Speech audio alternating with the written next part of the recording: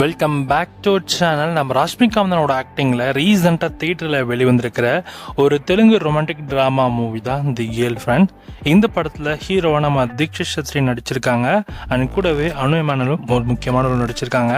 So படத்தோட Tamil version இப்போ ஒரு வழியாக உங்களுக்கு நெட்ஃப்ளிக்ஸில் ஆட் பண்ணிட்டாங்க. படம் உங்களுக்கு தமிழ், தெலுங்கு, மலையாளம், கன்னடா, ஹிந்தின்னு மல்டிபிள் லாங்குவேஜஸ்லையுமே படம் அவ்வளோதான் இருக்குது. படத்தோட தமிழ் டப்பிங் நல்லா பண்ணியிருக்காங்க. தெலுங்கு தமிழ் டப்பிங் தான். ஸோ அதனால தான் டப்பிங் சூப்பராகவே இருக்குது. இந்த படத்தோட சிம்பிளான ஸ்டோரி எடுத்துகிட்டா கதில் அவர்கள் நம்ம ராஷ்மிகாந்தனா அண்ட் தீக்ஷித் சத்ரி, ஸோ இங்கே ரெண்டு பேருமே பார்த்தீங்கன்னா லவ் பண்ணுறாங்க. அண்ட் எப்படி லவ் பண்ணுறாங்க அப்படின்றதையும், ஸோ ஒரு கட்டத்தில் இவங்களோட லவ் வந்து ஒரு டாக்ஸிக் ரிலேஷன்ஷிப்பாக மாறுது.